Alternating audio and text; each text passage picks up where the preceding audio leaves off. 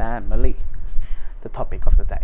Now, family can be a big topic, as I learned in sociology, to learn about the wide spread of, family. It can be blended, it can be extended, it can be nuclear, it can be rainbow, it can be single.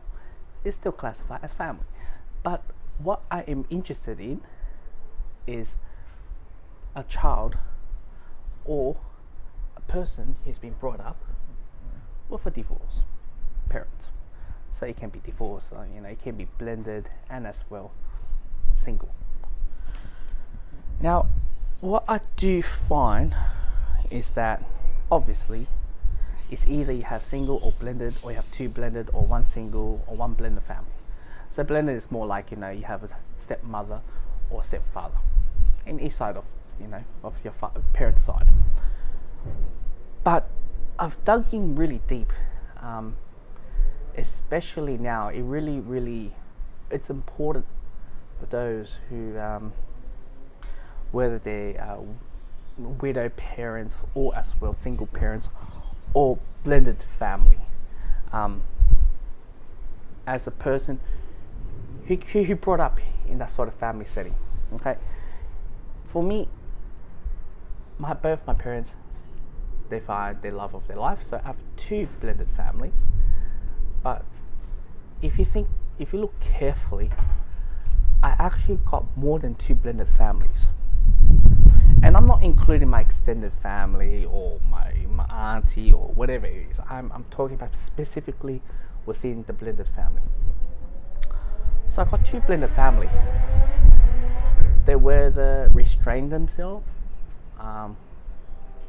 the way how they talk, the way how they speak, and as well, they have to be well behaved, right?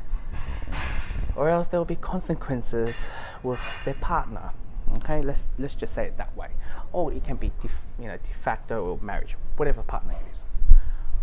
I truly do find that the relationship between you and your parent versus you and your parent and their partner, which is the stepmother, stepfather, or not even maybe just a relationship partner, is completely different.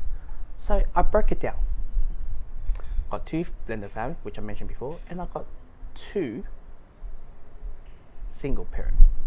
The reason why I have to divide it that way, not because they divorce or break up or anything, is because the relationship under blended family is very different when you have one-on-one talk with your actual parent, your mother or your father.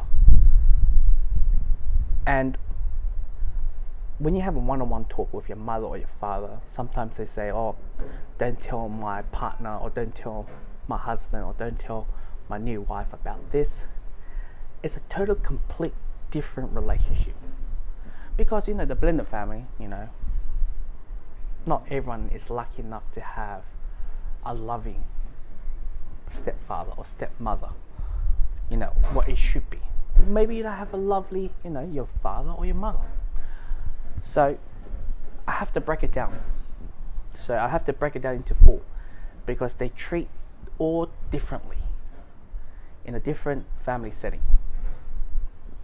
And usually, it can be money, it can be secrets, it can be something is hidden behind. It can be fair, it can be unfair, it could be trouble, it could be headache, it could be anything. But it's completely different.